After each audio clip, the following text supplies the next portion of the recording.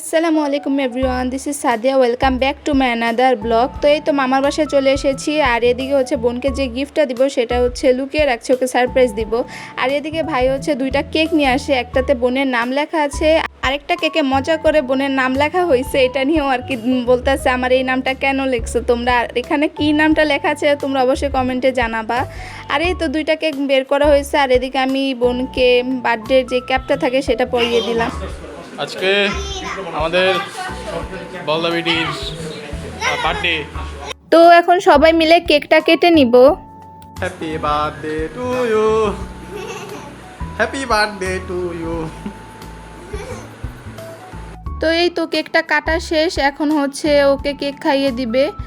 আর আমি এখানে ওকে একটু মজা করে ক্রিম লাগিয়ে দিলাম। তো এখন ওর মুখটা ওয়াশ করতে গেল।